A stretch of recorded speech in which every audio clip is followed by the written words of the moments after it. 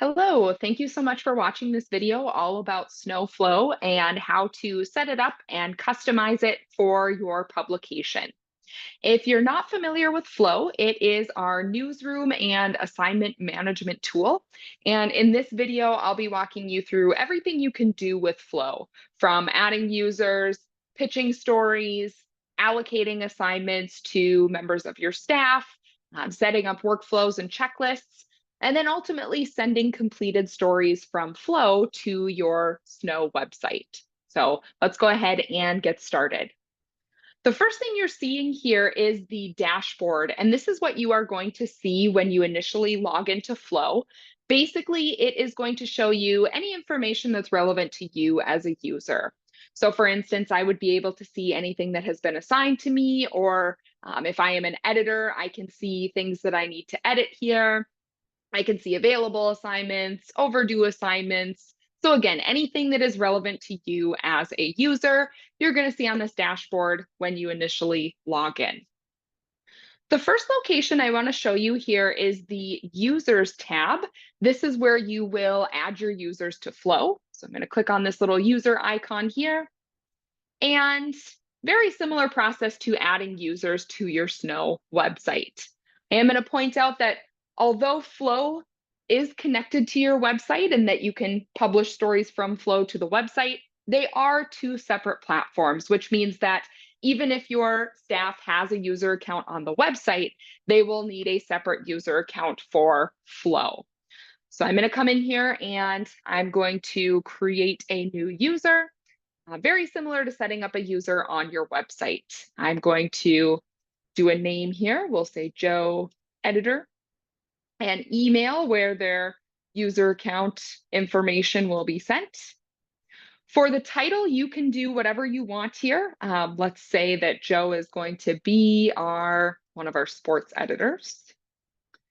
And then again, similar to the user accounts on your website, you can choose a user role here. And this is going to determine the permissions and the things that this user can access on Flow. So you've got a couple different options.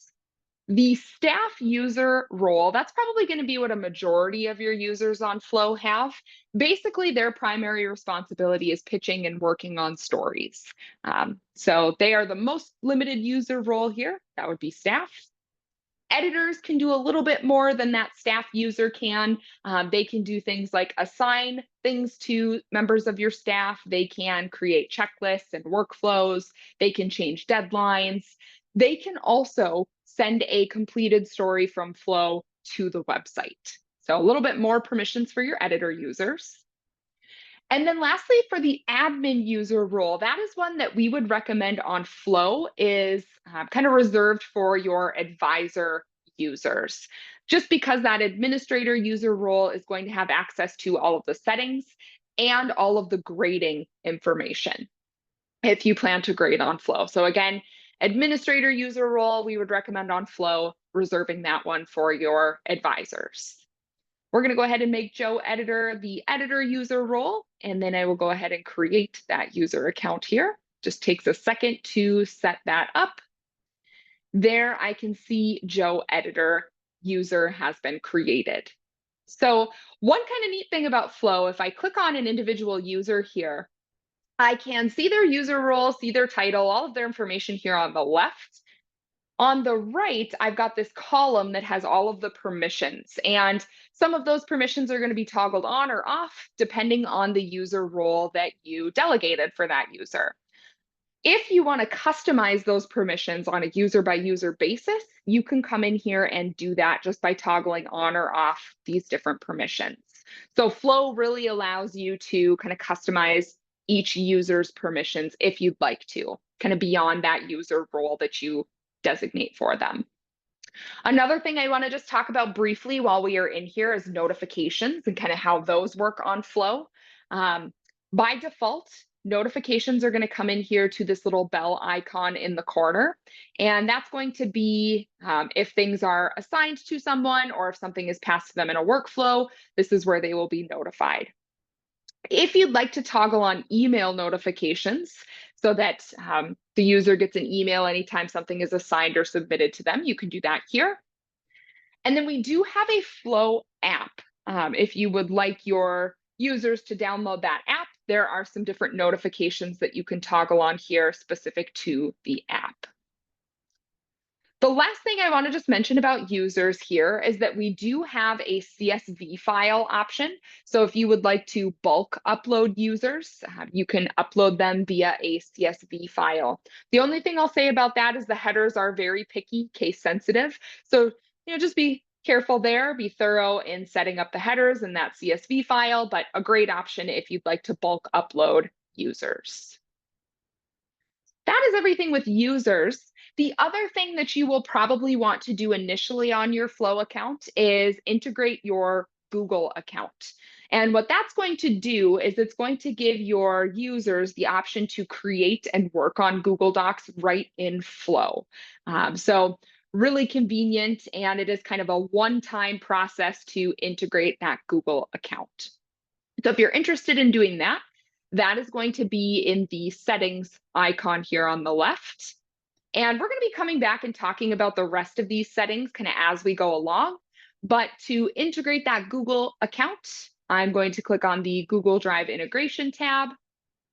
And I've already got my Google account integrated here, so it's kind of hard to demonstrate, but you will need to toggle on that you want to enable that Google Docs integration, and then you will authenticate your Google Doc account. There are a couple steps that it'll walk you through for how to do that. Again, it is a one-time process to do that. And once your Google account is integrated to Flow, again, your users will be able to create and work on Google Docs directly here in Flow. This will create one folder in your Google Drive once this authentication is complete. That folder will be called SNO Flow Integration. And that is where all of those Google Docs that are created in Flow are going to be kind of stored. So if you are concerned about privacy at all, like I said, it's just going to create that one folder in your Google Drive. So you can use a personal Google account, but if you are concerned about privacy, you can also use a publication Google account and integrate that one here. So at this point, that's kind of everything you'll want to do for initial setup. Make sure you have your users and authenticate that Google account if you plan on using the Google Drive integration piece.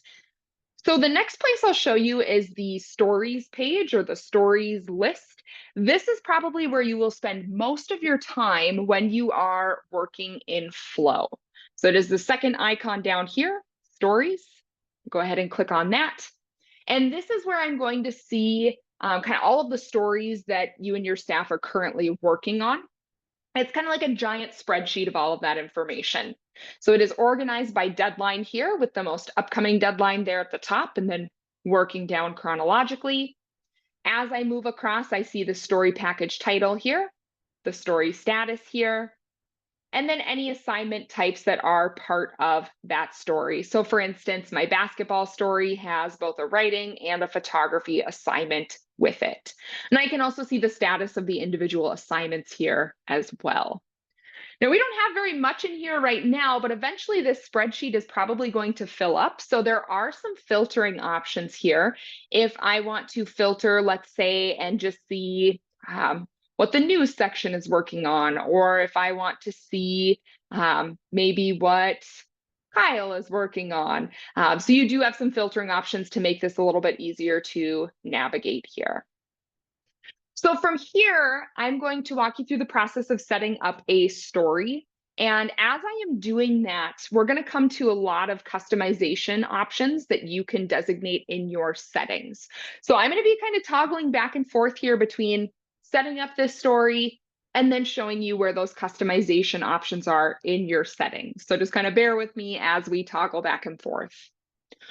To create a new story, I'm going to click on this blue plus sign at the top and create a story. And from here, I'm going to be prompted to first give it a title. We'll call this one Flow Webinar Story, and then create. And this first screen that you are seeing here is going to be kind of your information for organizing this story or categorizing this story. Again, lots of customization options coming into play here, so I will point those out as we get to them. Starting on the left, the first thing I can do is designate the story status. active or pitched in this case. Now, if somebody is a staff user role, they are not going to be able to change this status. It is likely going to default to pitched for them. And an editor or an administrator can come in here and change that story status if your publication decides to work on the story. But staff, they will not be able to change that story status.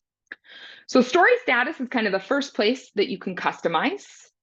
So I'm going to jump into my settings here, back to that settings icon. And one of the tabs in here is for statuses. So here I can see my pitched and active status.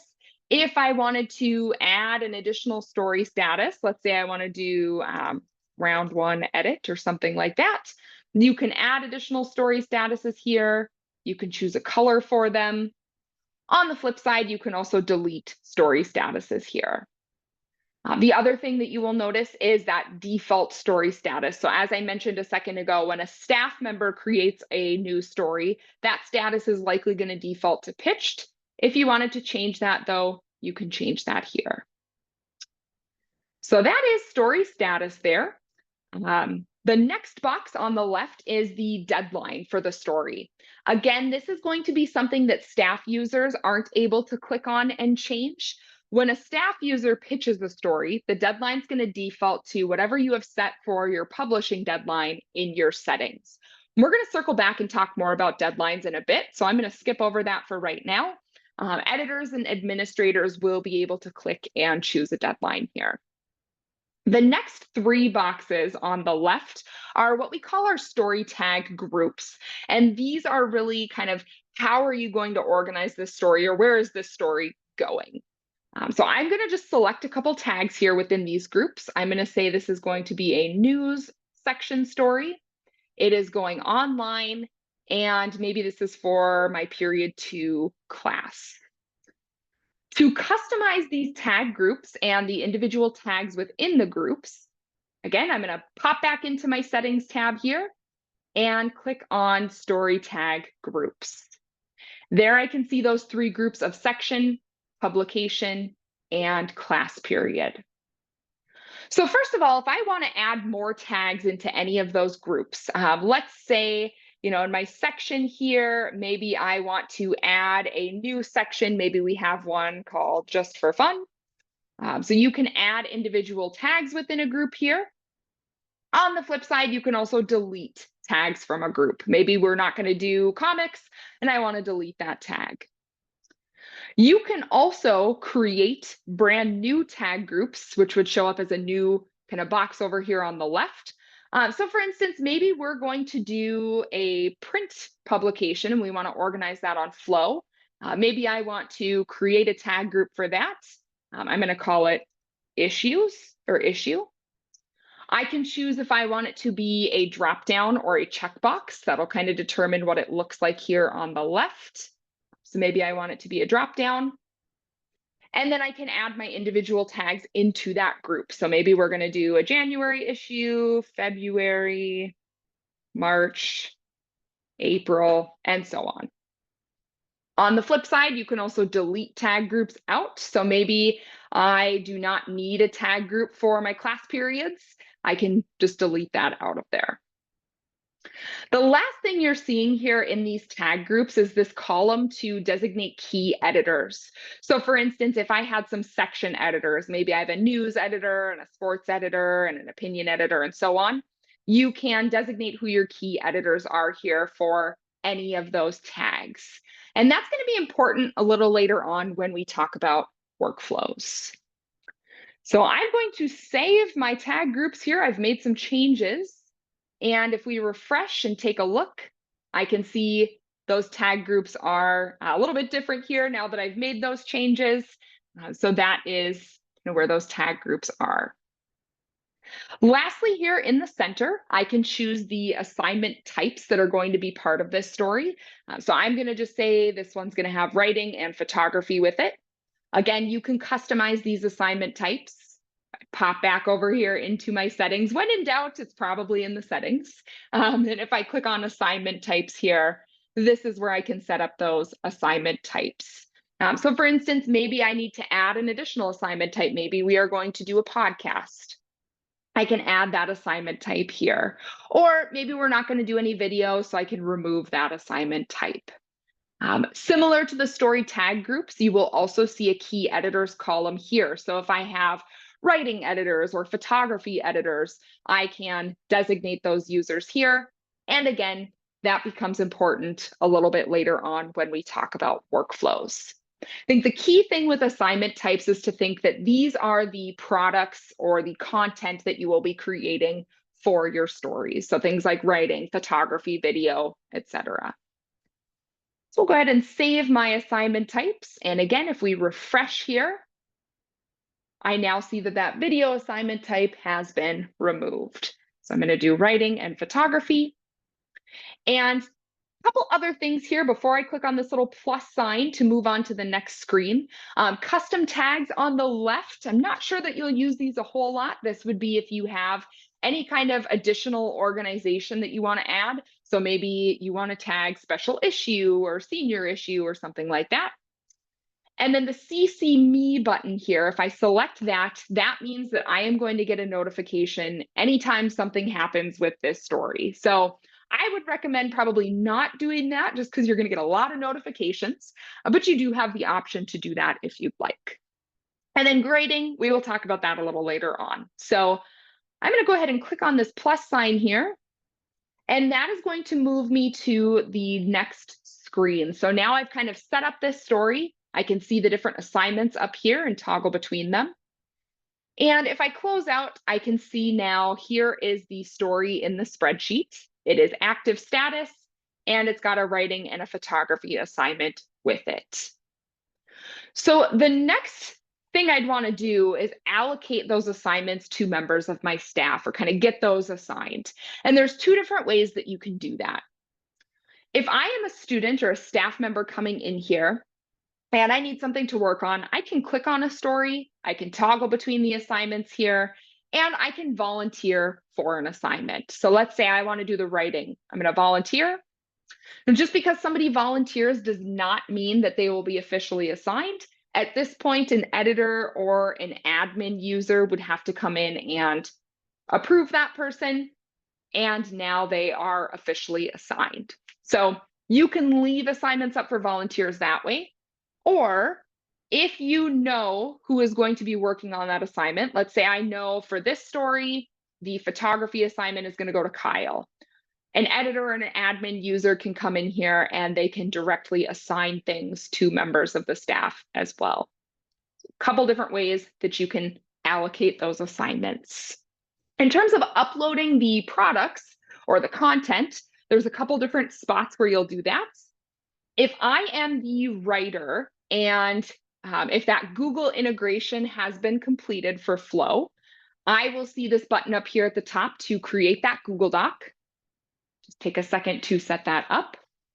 And then I can go out and view and do all of my drafting directly in this Google Doc. So I'm just going to fill in some text really quickly here so that this kind of looks like something. But again, this is a fully functioning Google Doc, so that writer is going to be able to come in here and do all of their drafting just using that Create and View Google Doc button up here at the top. For photography, the photographer is going to be able to attach their images to the story here using this little camera icon at the bottom.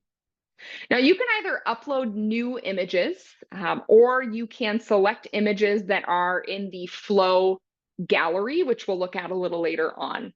Since we have a lot of images in our Flow gallery already, I am just going to select a couple here.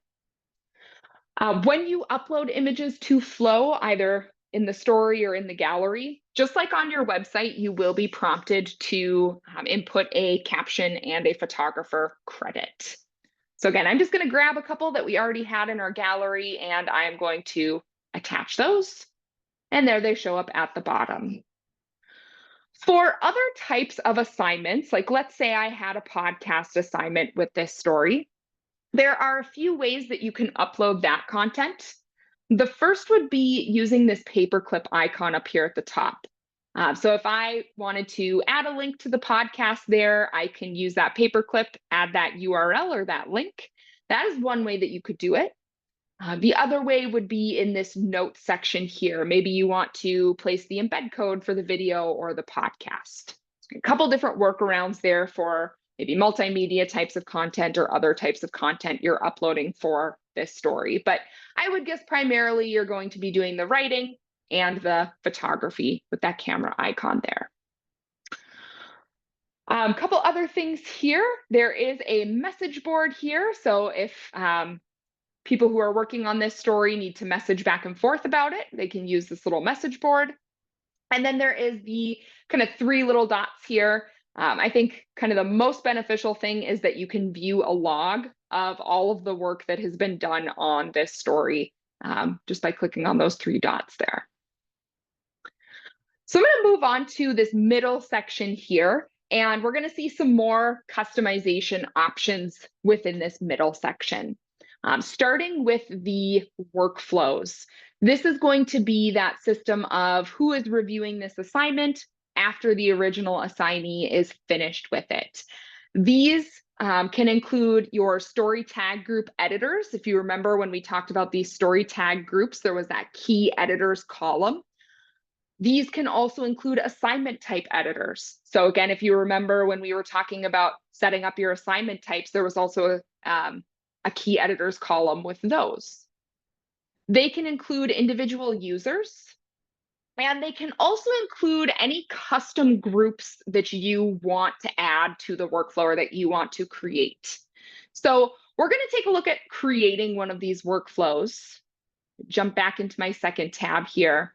And before we look at the workflows within the settings, I do want to show you this groups tab here on the left. This would be if you want to create any kind of custom groups to add into a workflow beyond your story tag editors or beyond your assignment type editors. So let's say I want to come in here, I want to create a group for my copy editors. I'm going to give that group a name and create it.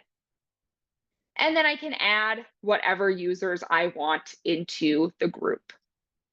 So that's it with creating groups. Pretty simple to do those. Again, it is this groups icon here, and we'll take a look at how you can add those to a workflow. So back into the settings here, I'm going to click on the workflows tab, and we will go ahead and set one up. So I'm going to create a new workflow here.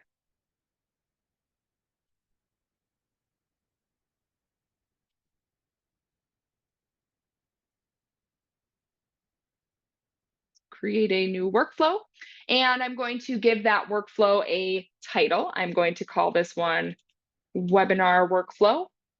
Actually, we'll do webinar writing workflow. These workflows are really best used with particular assignment types. So I'm going to say that this is going to be used with my writing assignments. And then I can add different steps or groups into the workflow. And again, this kind of comes back to those key editors that I've selected. So let's say for this workflow, I want to start with adding my section editors. So for that, I'm going to add a tag group to the workflow, and I'm going to select my section tag. So when it gets passed to this first step in the workflow, whatever section I have designated for that story, in this case, news, it is going to go to whoever I have set as my news section editors back in my story tag groups. Okay, maybe my next step is going to be my assignment type editors. In this case, since I'm going to be using this with writing assignments, it's going to go to whoever I have designated as my writing assignment type editors back in the assignment types tab here. I also want to add that copy editors group into my workflow there. And then lastly, I can add individual users to a workflow. Maybe you as the advisor want to be the last person to look it over, or maybe your editor-in-chief. So I can choose that individual user. And you can also click and drag to rearrange the order of these steps in the workflow once you have created them. So that is a pretty complex workflow with all of these different groupings or steps in it. Your workflows can really be as simple or as complex as you want. So you might have a workflow that's only got 1 or 2 steps. You may have a workflow that's got more steps than this. Totally up to you how you want to set up those workflows. Now that I've created this workflow, I'm going to come back to this story and refresh it here.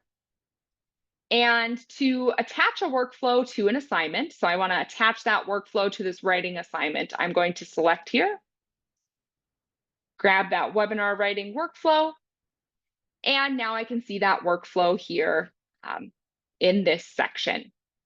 So what this will look like for the assignee, when they are finished, they're going to see a green button up here to submit into the workflow. Go ahead and click on that. And if we take a look, I can see now that it is in that first step of the workflow. So it is in with it is passed to my section editors. So what that will look like, it's kind of hard to demonstrate here, but when that step of the workflow gets the assignment, they are going to see two buttons up here at the top. They are going to see a button that says return for revisions, and then they will see a button that says submit to the next step or group in the workflow.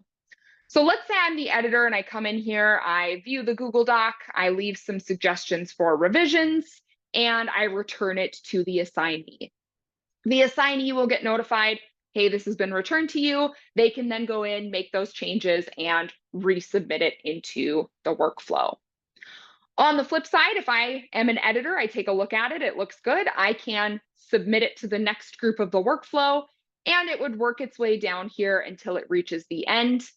When the last person in the workflow approves it, that is basically an indication that it's completed and it's ready to go. So that is what that workflow looks like. And again, you can manually attach those workflows here. If you would like, you can also set a workflow to default to an assignment type. So let's say anytime I do a writing assignment, I want the same workflow to always pop up. If I'd like to set a workflow to default, I can do that in the settings here. And I can go to my assignment types. Here, I will see a column to set that default workflow. So again, if with all writing assignments, I want that webinar writing workflow to default, I can set that here. And then anytime I create a new story that's got a writing assignment, that workflow will automatically show up for me. So that is workflows. Next section here is your process deadlines. And these are connected to this publishing deadline that we looked at earlier. Again, these are something that you can customize. Hop back into the settings here and click on the deadline defaults tab. So here I can see, first of all, that final publishing deadline and how that defaults. So we've got our final publishing deadline to default 10 days from when the story was created. So because I created this story on January 19th, I can see that that deadline is defaulting to January 29th, 10 days from now. So if you want to change that publishing deadline default, you can do that here. And then you're going to have your process deadlines for each of your assignment types. So for example, I can see for my writing assignments, I've got a rough draft, round one edit, and final draft deadline. Those are all going to default to a number of days prior to that final publishing deadline. So I've got a rough draft 5 days prior to the final publishing deadline, round one edit 3 days before, and a final draft edit 1 day before. And I can see those reflected here in that writing assignment. Now you can either change those defaults here, you can add additional deadlines here, you can remove deadlines here, or on a case-by-case basis, you can adjust those deadlines for an individual assignment just by clicking on this calendar. So that is how you can set those deadline defaults in your settings using the Deadline Defaults tab. The last thing in the center here for right now is tasks or checklists. I'll kind of use those two terms interchangeably. And you can either manually type those in. Maybe I need to brainstorm ideas, conduct interviews. Again, you can manually enter those in for an assignment, or you can pre-create checklists to then add to your assignments. So again, jumping back into the settings, like I said earlier, when in doubt, it's probably in your settings. So if I click on settings here, there is a tab for checklists. Go ahead and create a new checklist. I'm going to call this one Flow Writing Checklist. I can add my tasks in here, however many I want, however detailed you want those to be. And just like with the workflows, you're going to choose which assignment types will use this checklist. So maybe writing assignments will use this checklist. Once that checklist is created, if we refresh, we will be able to add it to the assignment manually there, just like we did with the workflow. Or just like with the workflow, if I want a checklist to default to my assignment types, if I want to use the same checklist every single time for my writing assignments, I can come back here into the settings, click on assignment types, and there is a column for a default checklist as well. So if I set a checklist to default here, anytime I create a new story that's got a writing assignment, that checklist will pre-populate for me. At this point, once I have uploaded all of my content, my Google Doc is ready, my photos are here, it's gone through the workflow, I've met all of the deadlines, completed all of the tasks, we are ready to send this story from Flow to the website. And the way that we are going to do that is this publish to WordPress button. As a reminder, this is something that only editors and admin users are going to be able to do. So your staff users on Flow are not going to be able to publish to WordPress. I'll go ahead and click on publish to WordPress here. And basically what's going to happen is Flow is going to pull in as much information as it can based on the content that I have inputted. So I can see the headline there, the title of the story. Any text you have in the Google Doc will get pulled in here. I can choose which category on my website I want this to go to. We'll say news. I can make sure I have the correct byline here. I can choose the template for the story here. I can add tags to it. And the last thing is the media. The photos, because I have uploaded, if you remember, I attached 3 different photos to this story. Because I did that, Flow is not sure which one should be the featured image. So what I need to do from here is click on this camera icon. And I'm actually going to select all 3 of these images and attach them. So now I can see those 3 images here. And by default, when I send this over to my website, it's going to set those up as a slideshow for me. But if I would prefer one of them to be the featured image, I can toggle here and select the one that I want. Maybe I want this one to be my featured image. And I can change the featured image location here. So what's going to happen is this will be the featured image when I send this story over. But these other 2 photos that I've attached are also going to be sent over to my website. So if I wanted to add them as inline photos into the text of the story, I can do that once I send this story over to the website because those images are attached and they're going to go with. And I'll demonstrate that here in a minute. For video or podcast, this is where I could copy and paste that embed code. And that is pretty much everything. So once I have kind of the story set up here, I have 2 options. I can send it over to the site as a draft, or if I am an admin user, I can publish live. So editors will only be able to send the story over as a draft. Admin can either send as a draft or publish. I recommend sending it over as a draft just because if you want to then log into the site and I'm attaching a couple additional images. So maybe I want to go back into the site and add those images into the text. I'd be able to do that before I publish it. So I'm going to send this one over as a draft. I'm going to click that button. And it's just going to take a second here to send all of that information over. And you can kind of see that progress. You can see things working up there at the top as it sends that information. And once that is done, I can now go view that story on the website. So here's all of the contents of my story. It is all set up for me. And if I want to make any kind of edits, maybe I want to go add those couple inline images here. If I click on add inline photo, you can see there's that featured image that I selected. But if I add inline photo, here are those other 2 images that I sent over with this story. So I would now be able to insert those into my story here. Do that really quickly. Grab that other one as well. Again, add inline photo. There it is. That's the one I sent over from Flow. Make my adjustments, choose my alignment.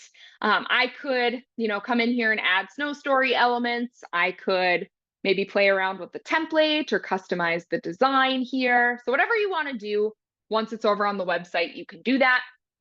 Once you're finished, you can go ahead and publish it. And now that story is live on the website. So that is kind of everything that is involved with story publishing, from creating that story to designating your story tag groups and your assignments, assigning those assignments to members of your staff, setting up your workflows, setting up your checklists. Again, kind of everything that is involved with the creation and publishing of a story from flow to your website. So the next thing I'll show you is, if you are interested in grading on Flow, how you can go about doing that. There are some things that you will need to set up in your settings first before you can start grading. So I'm going to actually start in the settings here. The first thing is setting up your grading periods. So I would need to come in here and say, yes, I want to grade in Flow. And then you can set up whatever grading periods you want, whether it's, in this case, we have 3 trimesters. If I wanted to add a grading period and do maybe 4 quarters instead, if I want to remove a grading period and maybe do 2 semesters, you can set up your grading periods first. You can also choose your grading style. Traditional is kind of like, points out of points. So 10 out of 10, 5 out of 8.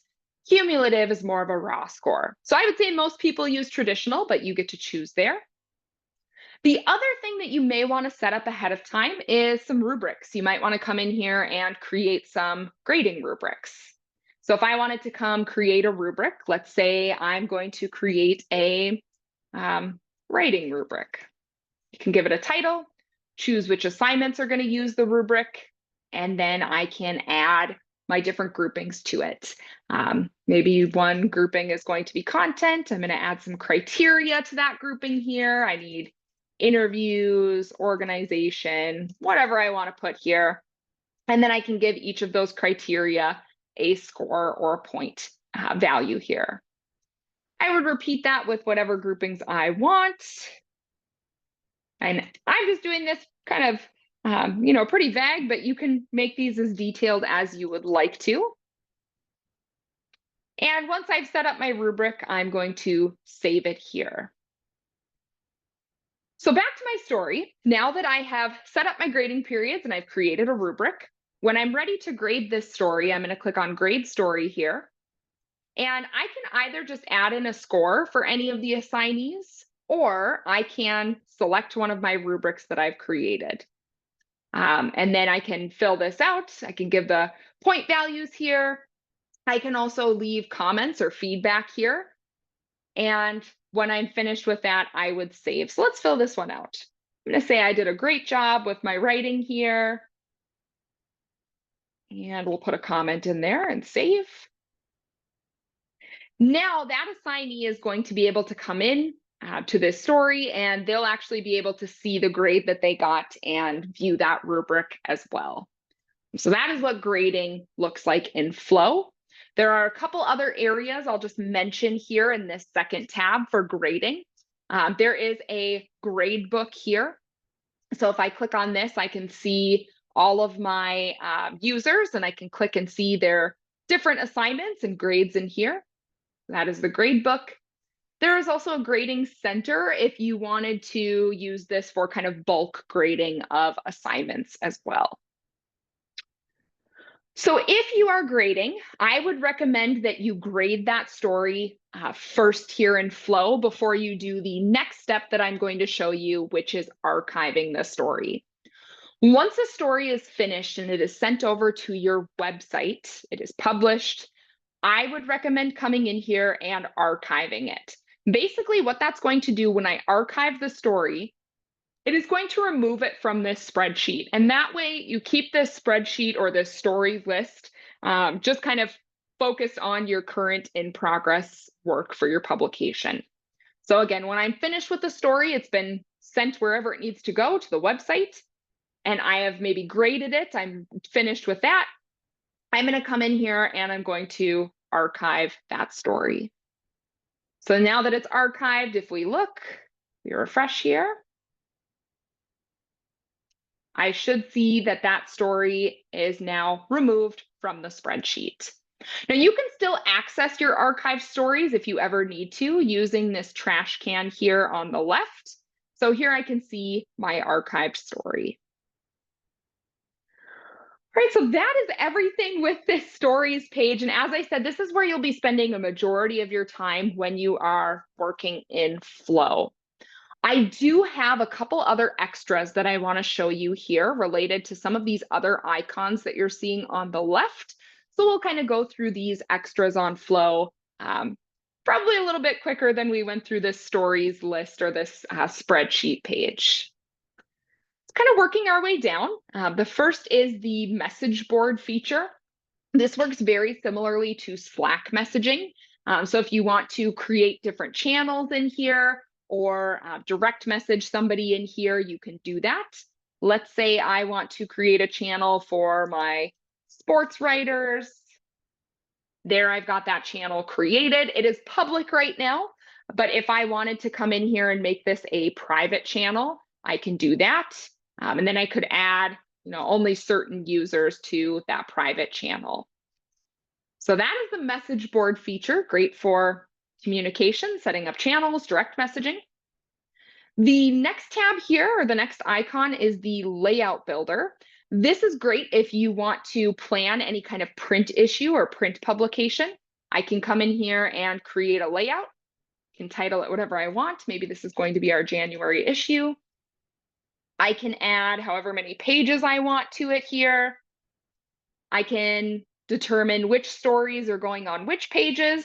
And then you can even assign those pages to different members of your staff. Let's say Kyle's going to be in charge of page 1 of our January issue, and maybe Lindsay's going to be in charge of page 2. And you can leave little comments here as well. So this is really great, again, for organization of some kind of print publication. Obviously, you would need to do the design of that print issue elsewhere in InDesign or Canva or whatever you use, but the layout builder is great for organizing that print issue.